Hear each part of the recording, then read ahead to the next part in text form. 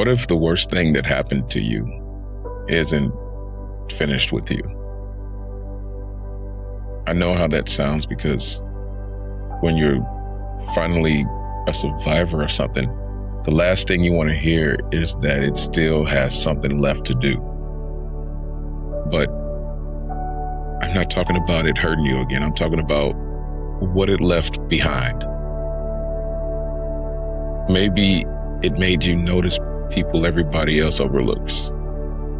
Maybe it taught you how to sit beside somebody who's hurting without trying to fix them. Maybe the reason you recognize loneliness so quickly is because you've lived there. Maybe you know how to fight for somebody because there was a time when you desperately needed somebody to fight for you. And maybe, just maybe, what happened to you doesn't get to decide how your story ends.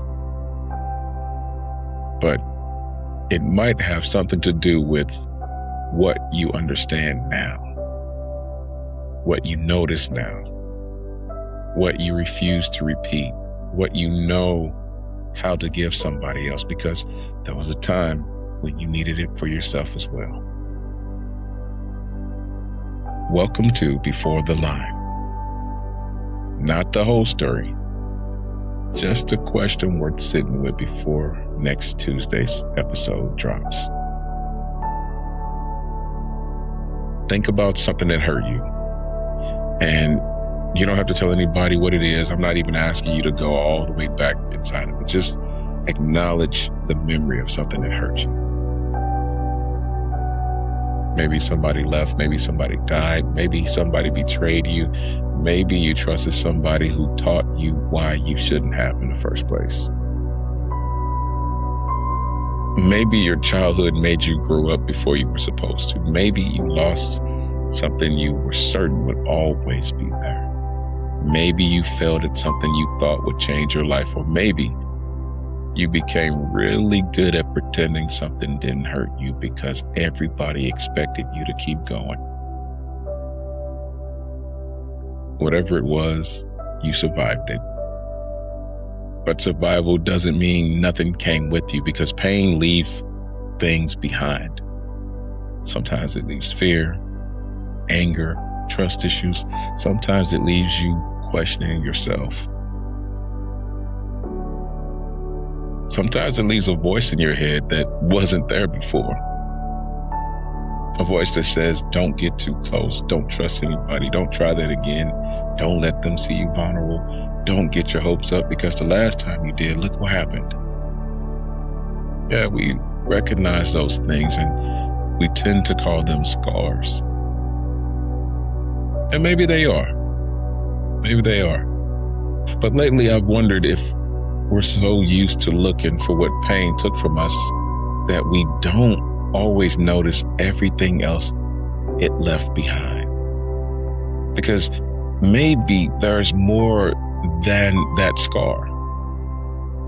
Maybe because you've been abandoned, you notice when somebody feels alone. Maybe because nobody listened to you, you learned how to listen.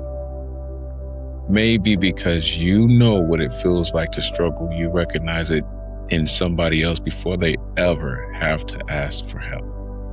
Maybe because somebody broke your trust, you understand how valuable trust actually is. Maybe because you lost someone, you don't take every call for granted anymore.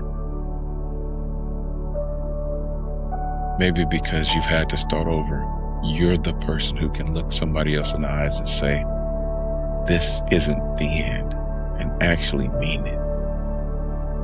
Not because you read it somewhere, not because somebody taught it to you in a classroom, but because you lived it. And that's where this gets complicated for a lot of people, because I don't believe we should romanticize pain. I truly don't. I don't believe everything bad that happens to us secretly happened for some good reason. Some things should have never happened. Some people should have treated you better. Somebody should have protected you. Somebody should have stayed. Somebody should have apologized. Some things were wrong. And you don't have to turn them into something beautiful just to prove that you are healed. But they happened, and somehow we're still here, right? So maybe there's another question worth asking. And it's not, why did this happen to me? Maybe you've asked that one enough. Maybe tonight the question is, what am I carrying out of it? And I don't mean the hurt. We already know about the hurt. I'm talking about what you know now that you didn't know before. What do you understand about people now? What do you understand about yourself? What boundary did you finally learn to draw? What will you never tolerate again? What do you recognize in somebody else's eyes because you worn that same look yourself? So I want you to sit with 3 questions. You don't have to answer them out loud. You don't have to write them down. Just don't run from them. What happened to you that still influences the way you live today? Not just something you remember, something that still affects how you make decisions, how you love, how you trust, how you protect, how you see yourself. And then ask, what did surviving it teach me that I didn't know before? Maybe about people, life, forgiveness, boundaries. Again, maybe about yourself. And then there's one more. And this one might actually take a little longer for you to answer.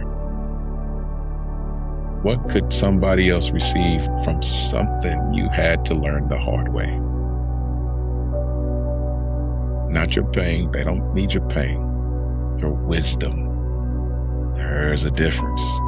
Because maybe that's part of healing too. Maybe healing isn't pretending the wound never happened. And maybe healing isn't making the wound your identity either. But maybe eventually you learn how to carry what happened differently. It stops being only, look what happened to me, and somewhere along the way it becomes, let me tell you what I learned while I was there. That's big time different, because now the pain isn't driving, you are. And that's where I want to leave you tonight, not with an answer, with a question. What did the hurt leave behind? And I want you to sit with that one, because this Tuesday, we're taking this conversation very far. The full Legacy Lines podcast episode is called, What If the Thing That Hurt You Isn't Finished With You? I want you to hear this one, because we're not going to talk about pretending the pain was worth it. We're not going to tell ourselves that everything happens for a reason. And we're definitely not going to give the people or the circumstances that hurt us credit for who we became. We're going to talk about something different. What happens when you realize the thing that hurt you may have changed you, but it doesn't get to own what you become next? What if something you survived left you with something somebody else is eventually going to need? What if there's something you understand today only because there was a time when you didn't think you'd make it through yesterday? And what if the next part of your story isn't about what happened to you at all? What if it's about what you decide to do with it? That's the conversation we're having Tuesday.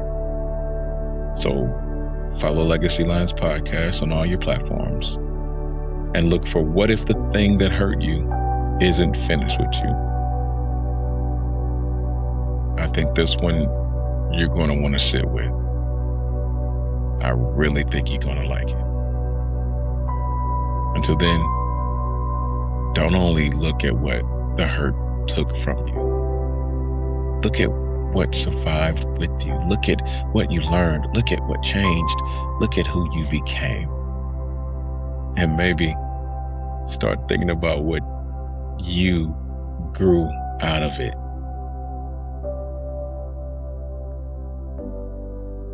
because sometimes the line you're afraid to write is the one that changes everything. I'll catch up with you Tuesday.